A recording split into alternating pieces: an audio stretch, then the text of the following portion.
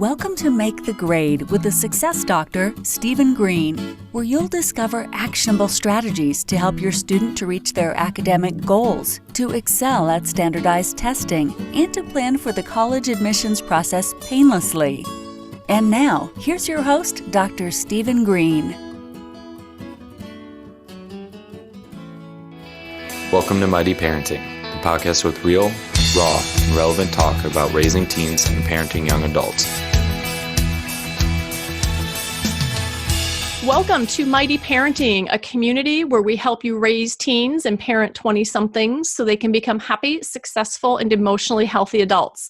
I'm your host, Sandy Fowler, and a big, huge thank you for all you mighty parents for supporting us.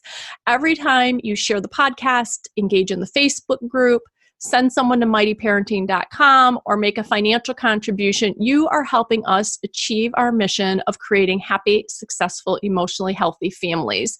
We appreciate that. We appreciate you. And so I'm giving you a big shout out today. And along with the shout out, I have a little today's tip for you.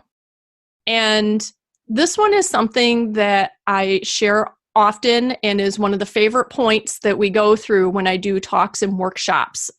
And it is that no thank you is a complete sentence. So often people end up overbusy, overscheduled because they couldn't say no to somebody, or they tried to say no, but it got turned around and they ended up saying yes. And it's all the things that we say after no thank you that get us into trouble.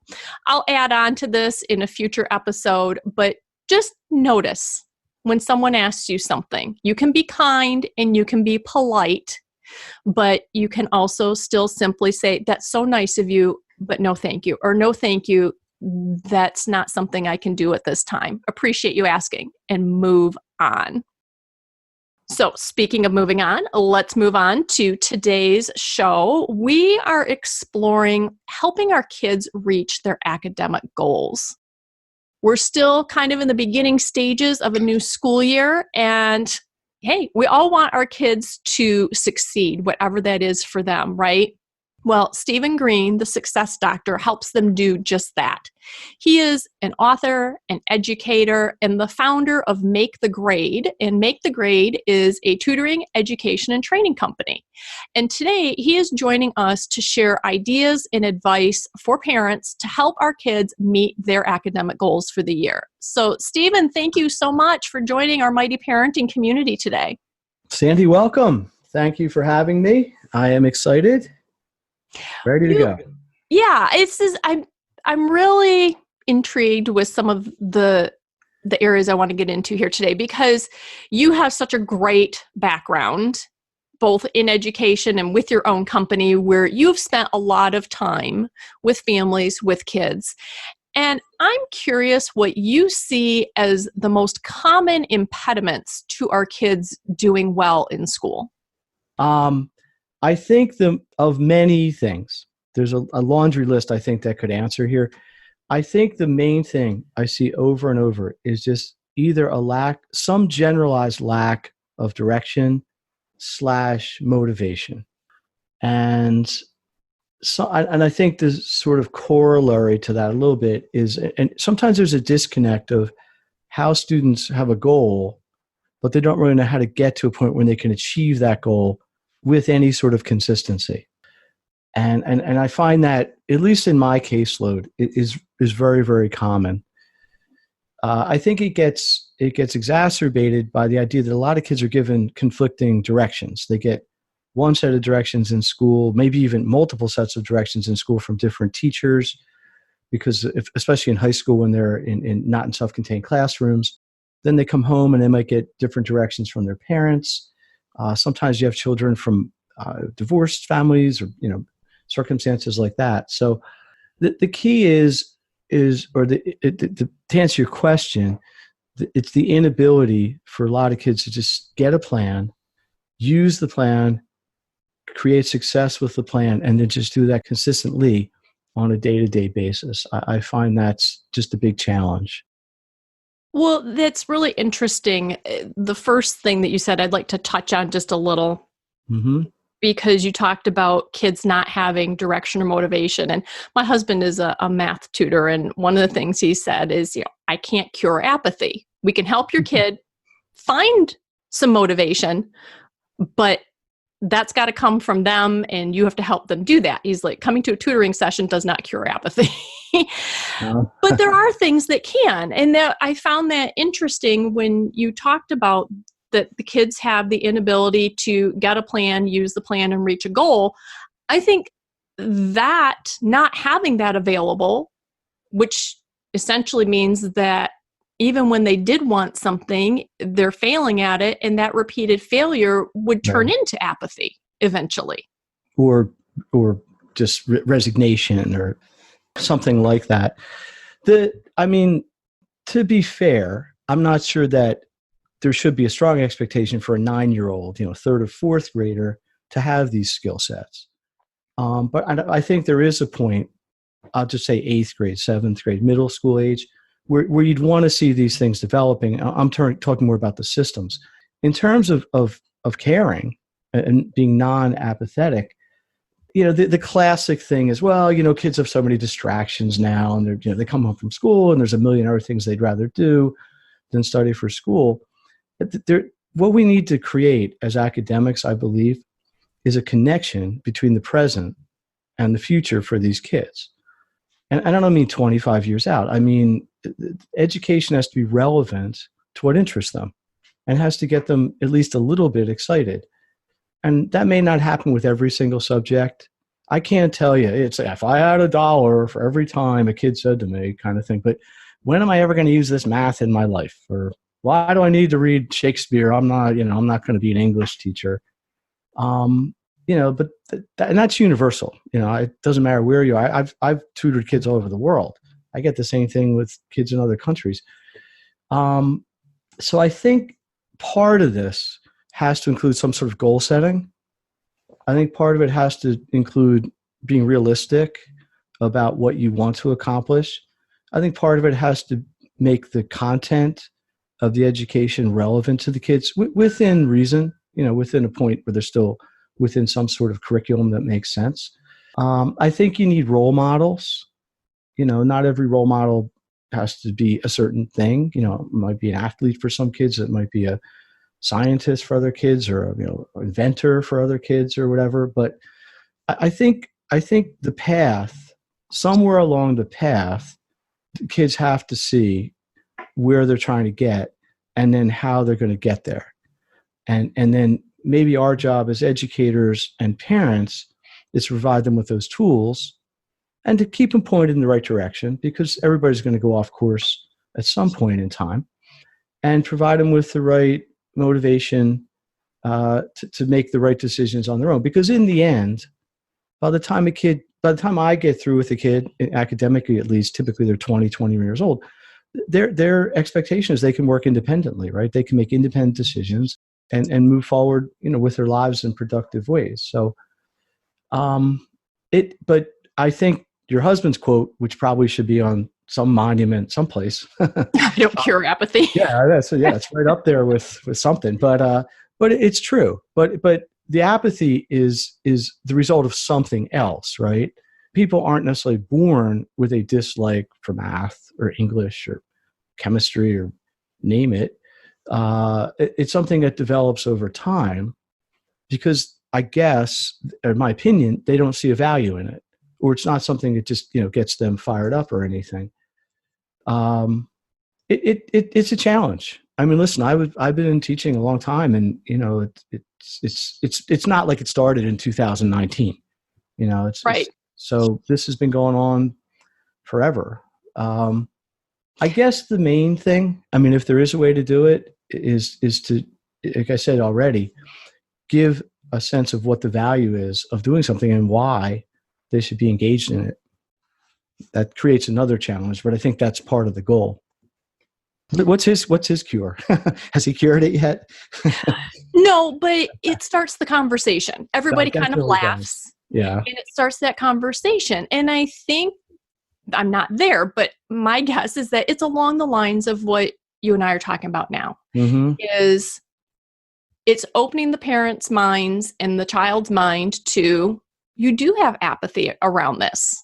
Why is that? And especially in math, that is a subject that builds. So if a problem happens in first grade, by the time he sees them in middle school, right, there's been a lot of frustration that's happened. So they'll unpack that and look at what's wrong.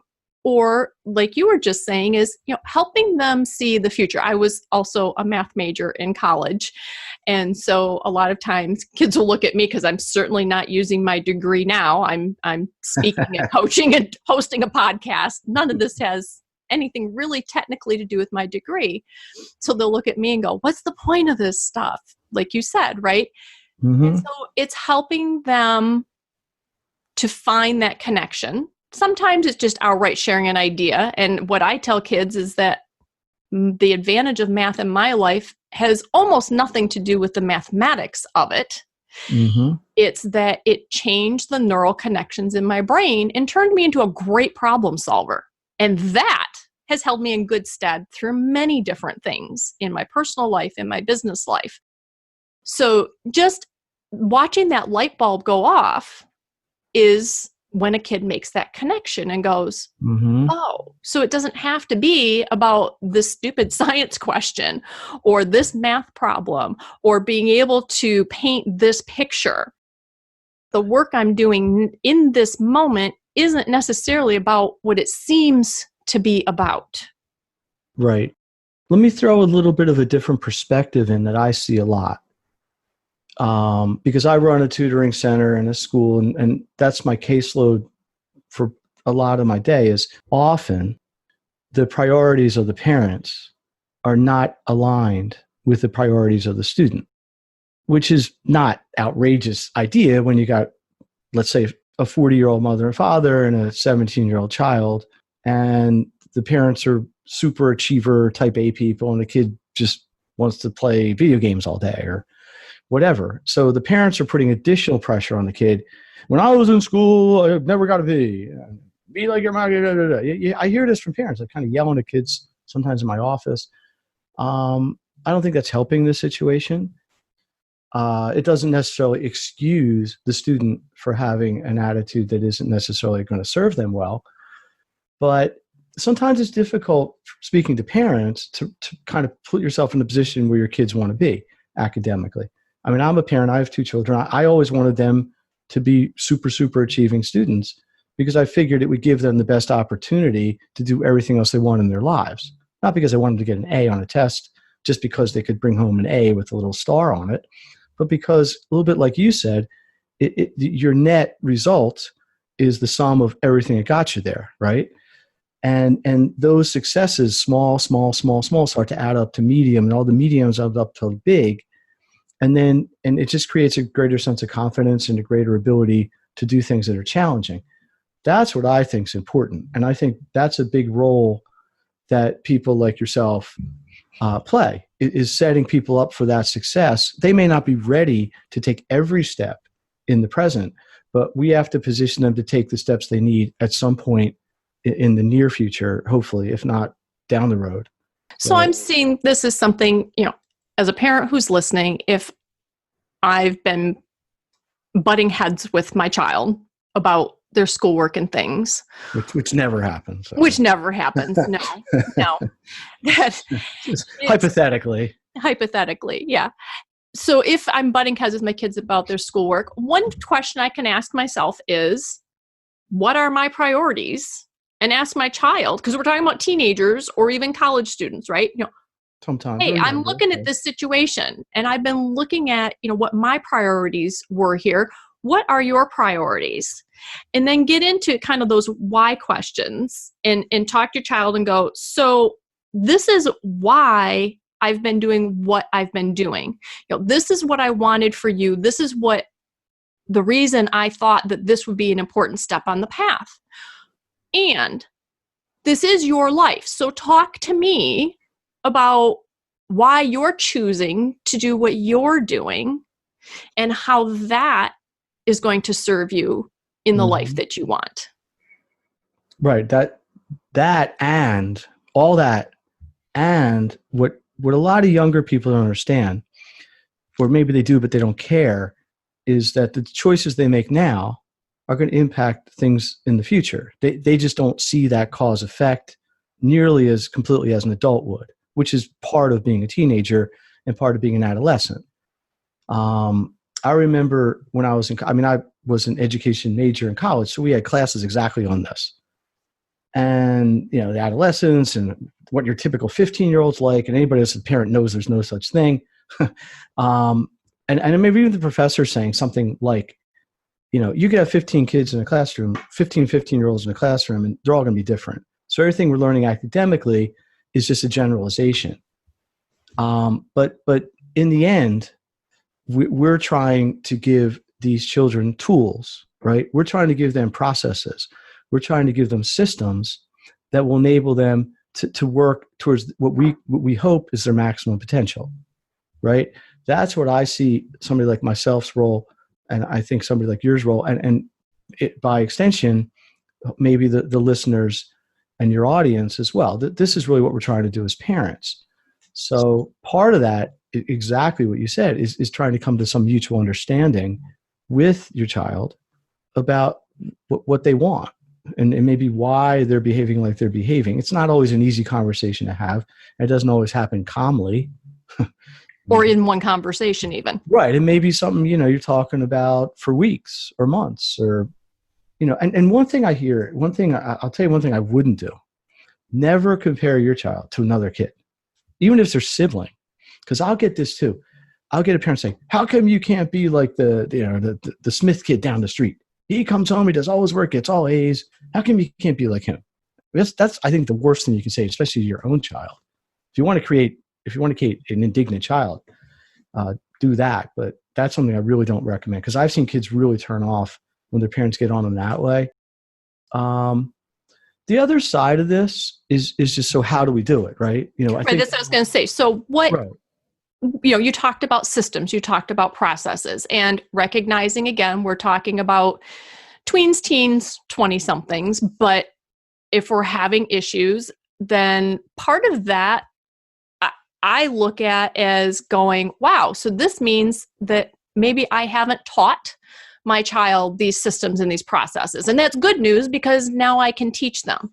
So what are things that we can do, just kind of, daily types of things, basic day-to-day things to help our kids academically? Well, in my view, and I guess I will plug my book here because I've written a book about this, but I think there's 3 major things you can do, okay? One is teach them how to manage their time.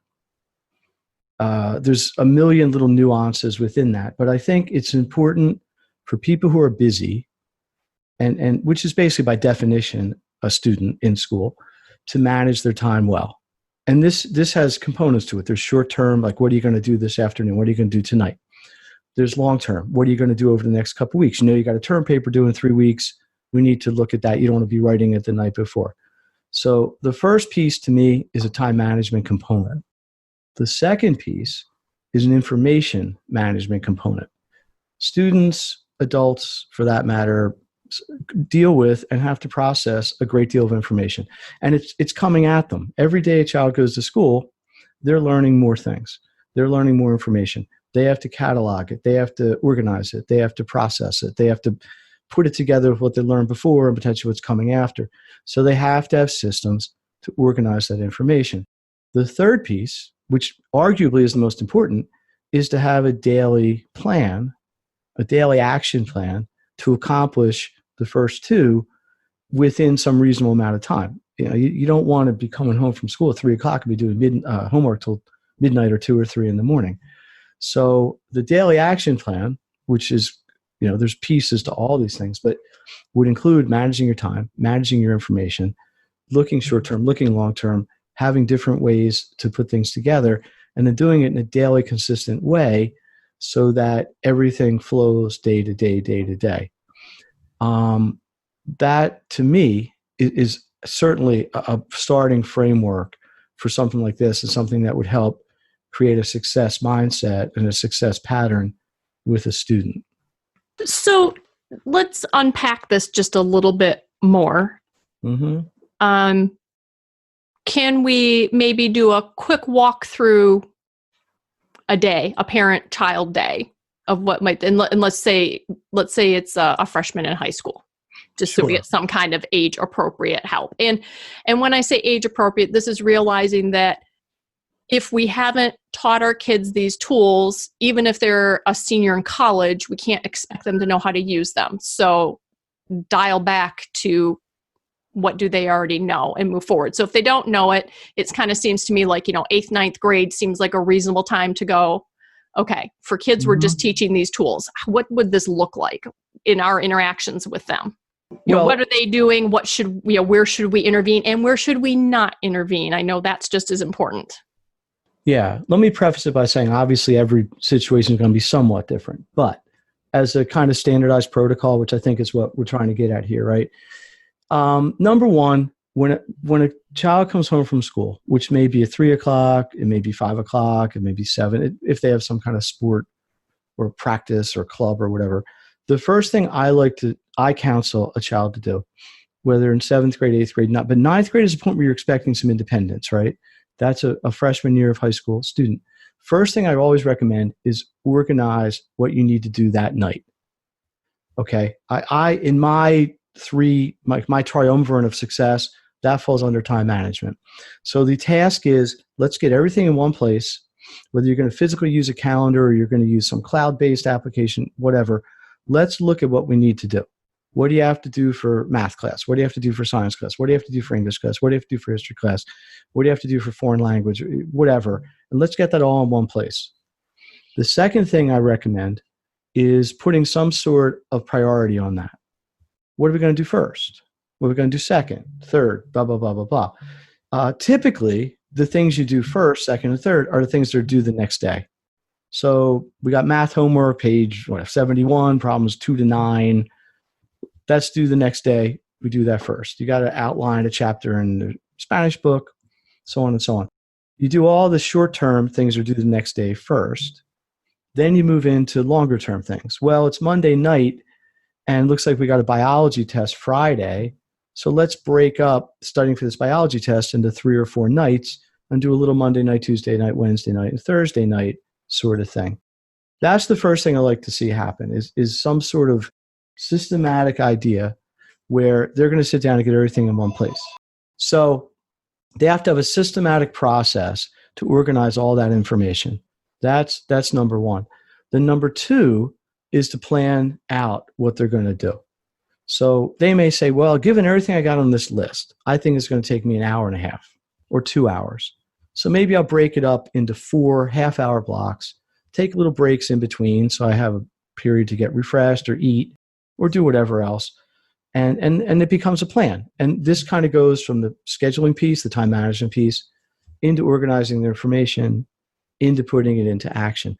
I think the student's role is to do that, clearly. I think the parent's role is to support this and help as much as needed, but hopefully less and less, and weaning themselves off as the student hopefully becomes more and more independent. And so if we've never taught our kids to do it, initially we would be very involved, but very involved still a step back, not actually laying out the things they need, not pulling things out for them, but saying, okay, what do we do first? First thing is we are going to organize what you need to do tonight. So what do you need to do? And let them think it through. If they get stuck, ask some probing questions to help them learn how to think through. Is that the idea?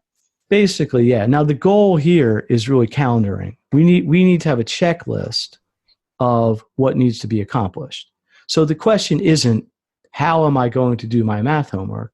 The question initially is, what is the assignment? Let's get clear what it is. Now, okay. Just as an aside, this is a lot easier now than it was 5 or 10 years ago, because at least in most schools, I don't know about all, almost all, they have access to some sort of online-based system, Blackboard or Moodle or Infinity Learning. There's tons of different ones where the student could log in and see what homework is due and when it's due and things like that. That's a relatively new phenomenon. This did not happen when I got into this field of work. But Yeah. So the job is we need to know what we need to accomplish. That's the job. It's no different than any day anybody goes to work. You have to have a list of tasks. So we want to be clear on that, because one of the reasons, I guess, adding to the list, we got the positive list on one side, like the apathy is sort of in the negative list, right? How many times do you see a student does their homework but then never hands it in? Or doesn't do their homework because they never wrote down that it had to be done? Or they can't read their, I've had students come to my office and they can't read their own handwriting. They don't know, well, do I do number 1 to 9 or 1 to 19 or 1 to 20? They can't read what they wrote. So step 1 is a reclarification of all the tasks at hand. Step 2 is an estimation of what it's going to take to do this. And when I say that, I mean in terms of time, because it's not efficient, and I'm not even sure it's healthy to have a student just sit there for 3 straight hours doing homework.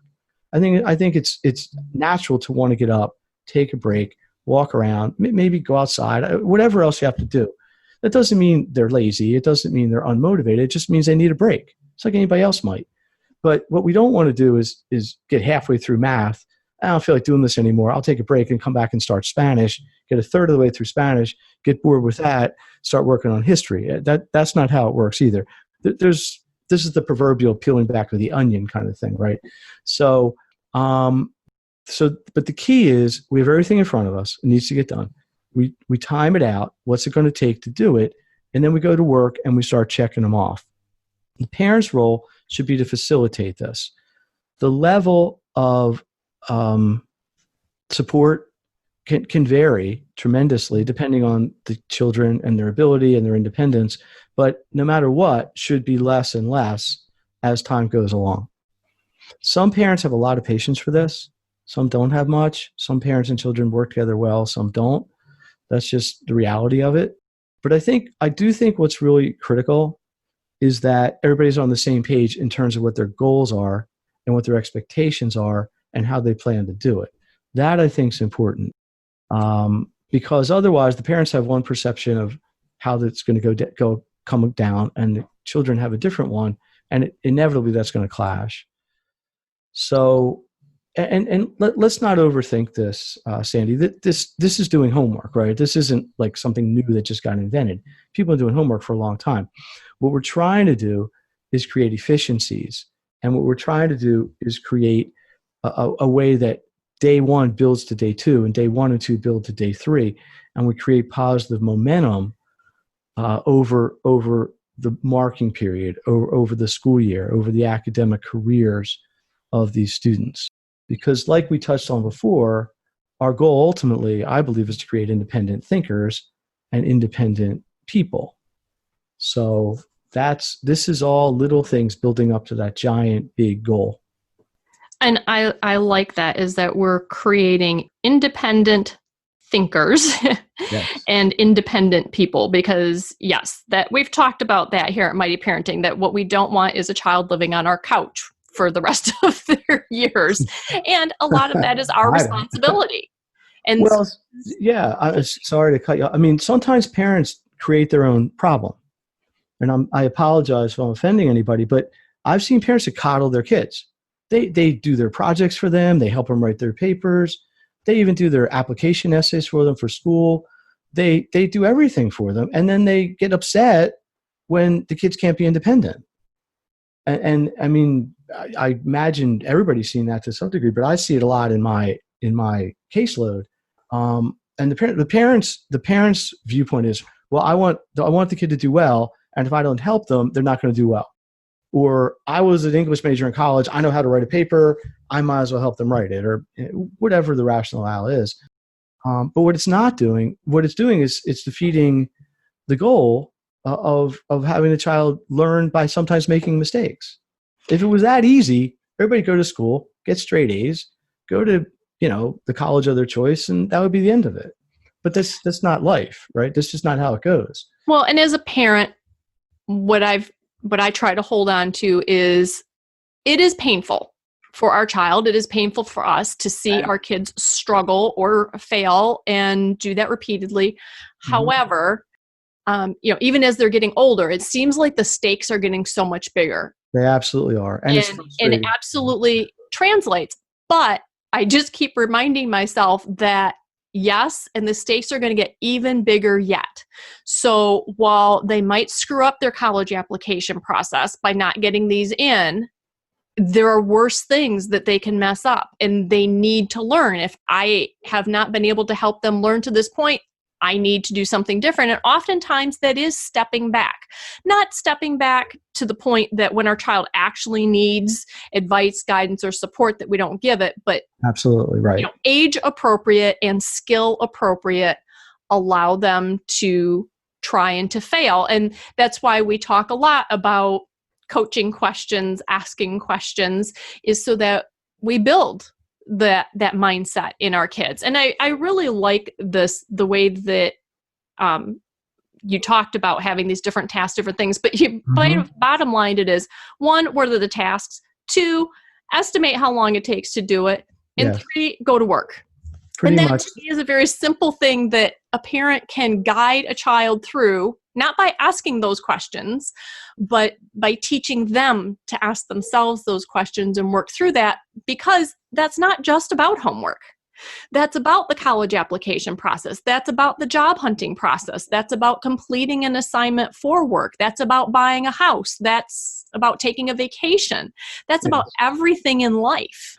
Well, it's I think, to sum it up, it's partly everything you just said. It's partly self-accountability. It's a little bit of also taking pride in your own work. And I think I always, one of my just MOs in life is it's trying to work to goals. And I think all of them come together, it can be a really, really positive thing. I think from a parent's perspective, look, I don't know a parent that doesn't want the best for their child, at least generally speaking. They may not agree on how to get there or even what that is all the time, but I think that's kind of a given. I think we can probably assume that. The trouble, like I said before, is when the kids don't have that same vision for themselves. And again, this kind of repeats what we're talking about, but this is why these conversations are so important and the communication is so important. And just as an aside, I've noticed that when you can improve the academic piece, and that's just working independently and the parent can back off, the relationship as a parent-child improves, because now you don't have the whole, layers of things that you can argue about. And now you can just be more like two people, adults that are just trying to work to the same endpoint. And that's really gratifying as a professional when I can help to enable that situation to occur. But sometimes it takes a lot of work and a lot of time. But it's always way, way, way worthwhile when you get to that point. I think one more piece I would just add is it's really important, and I'm not exactly sure of a time frame to do this, but just to step back every once in a while and say, is what I'm doing working? Is my process serving me as well as I wanted to? Just because it worked for me first 2 weeks of freshman year, is it still the best thing for me halfway through sophomore year? Or whatever time frame you want to throw out there. Because the work will get more complicated, the skill sets are going to change, and things like that. So there's always another level. There's always sort of a different way you can approach the same thing. So every once in a while, I think it's valuable to just say, hey, what else is available? Are there changes I can make? Do I need to consider them? Things like that. One last thing I'll throw out is there's a lot of things that are seasonal. Most students are busier at some point in the year than others. So if you are in a play and the play's in November, you're going to have a lot more going on in October, November than you might in December, or whatever example you want to use. And that you have to plan ahead for that stuff. You have to plan ahead for these types of events. So if you know this is coming up, hey, it's the end of September, and I know second week of October till Thanksgiving, I'm going to be super busy with the musical or football season or name it. There's a ramp up to that. You don't want to wait till you're buried in work and you have no free time to try to figure out a way out of that. So part of this time management piece and part of this daily planning I talk about includes looking out a week, a month, 2 months to anticipate when you're going to have these sort of challenges. That doesn't mean you can't deal with them, but it's so much easier when you plan accordingly. And I think that's another important thing to consider, is just ask that question every once in a while. I typically have kids do it on Fridays. I just say, like, hey, what's next week?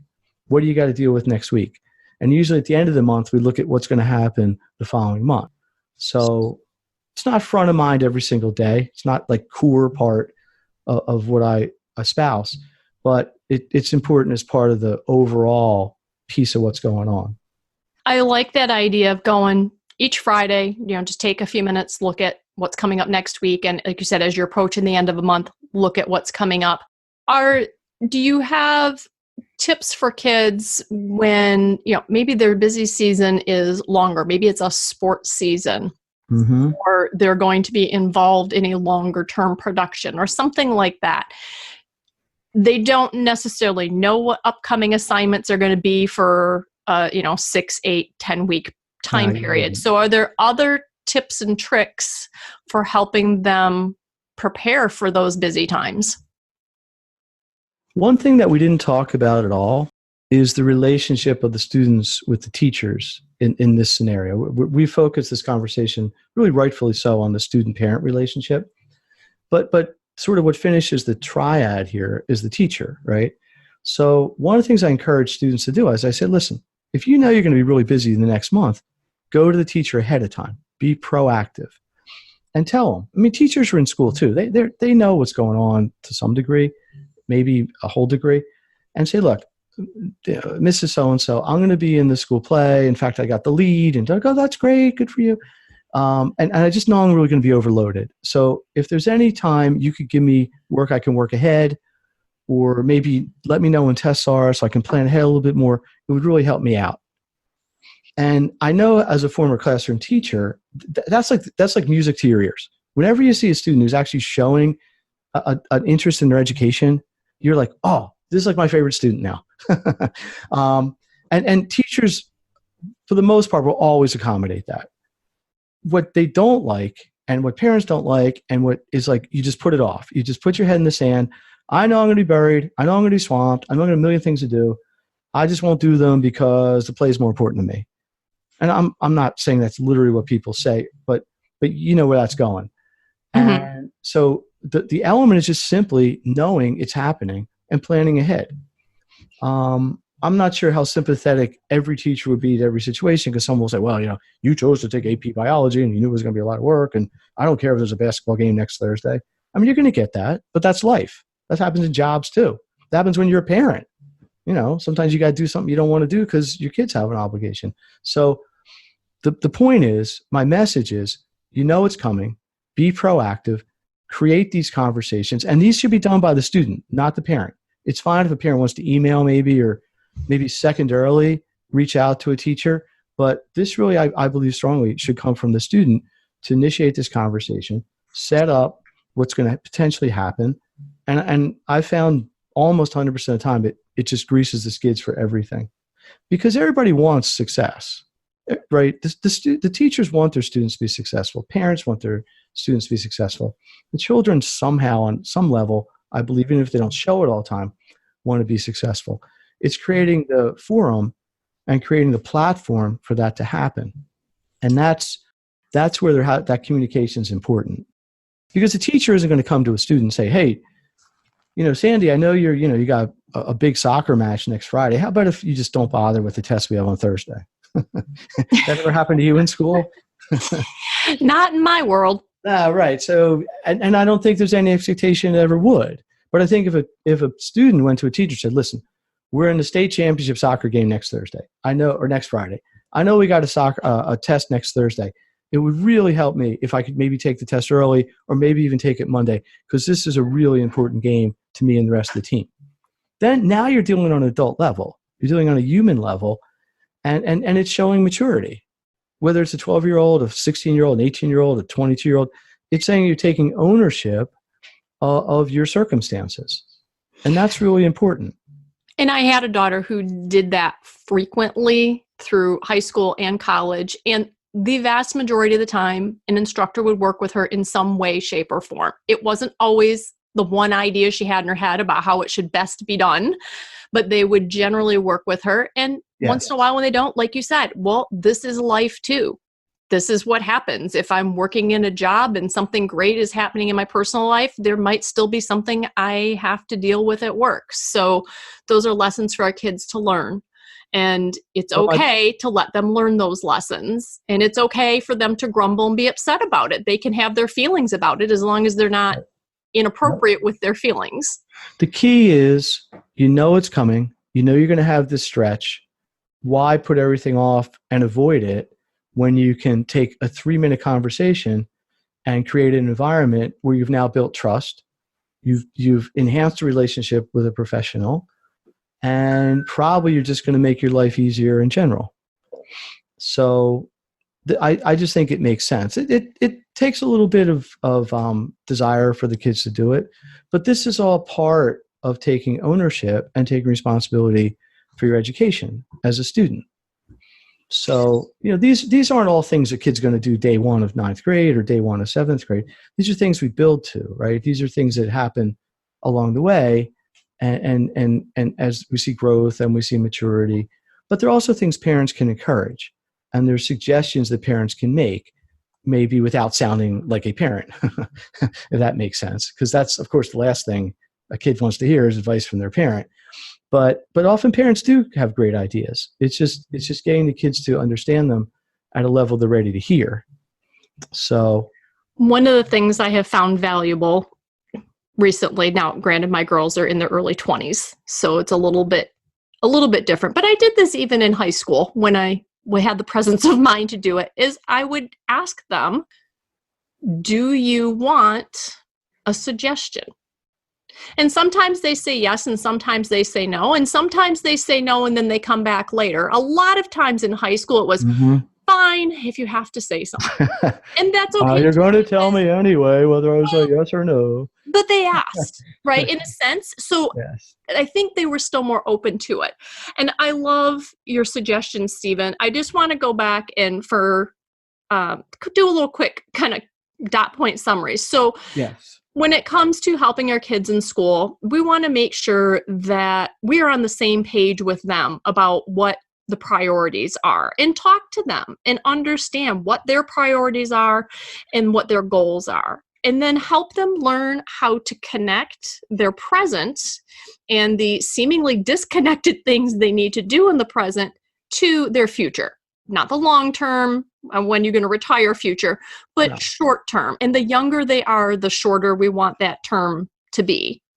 We want to help our kids to reach their maximum potential, and we can do that by starting to teach them systems and processes. And you talked about this idea and gave some really great info, but like I said, I summarized it all the way down to the last piece that you did, where you said, lay out the tasks, estimate how long it takes to do it, and then go to work. And as parents, our role is just to facilitate that, not to do it. But also it's important, and this is something that would definitely, the younger a child is, this would definitely take a lot more parental time, because it is an executive function, which is looking forward in time to what's going to be happening. As you said, most students have a busy season. Your family might have a busy season. You might have something coming up. You might know you're moving or you're vacationing or whatever. But help our child look forward and build a good relationship with their teacher, and be proactive and go in and talk to their teacher about those things. Now, Stephen, I know you wrote a book and you mentioned it, but could you give the title of that book as well as the website where people can find you? We'll have it in our show notes, but I'd like them to be able to actually find your website directly as well. Absolutely. And actually, you did a great summary. You're hired as my publicist. Thank you. A second job. That's good. Yeah, there you go. Fifth job sometimes. The book is entitled Maximum Education. I am proud to say it was actually a #1 Amazon bestseller at point. You can get it on Amazon, or you can go to maximumeducation, all one word, .net. My website, which has a lot of information, is makethegrade, MakeTheGrade.net. I have all the usual social media outlets out there. There's a Make the Grade Facebook page. There's a community like you do. I encourage interaction. There's a lot of peer-to-peer support, which I really like. And that's it. I see my role in the world is really just trying to help people. And I think the book is a really good mechanism to do that. There is a video-based course about the book I can tell people about. But right now it's really just trying to get the information to people. So that's certainly a good start for everyone. Well, thank you, Stephen, for sharing all of your insights and great tips with us. And thank you, Mighty Parents, for joining me today here on the show. Remember, if you're here, you already are a Mighty Parent. You're doing the work. You're stretching and growing along with your kids. So thanks for being here, and I will see you next week.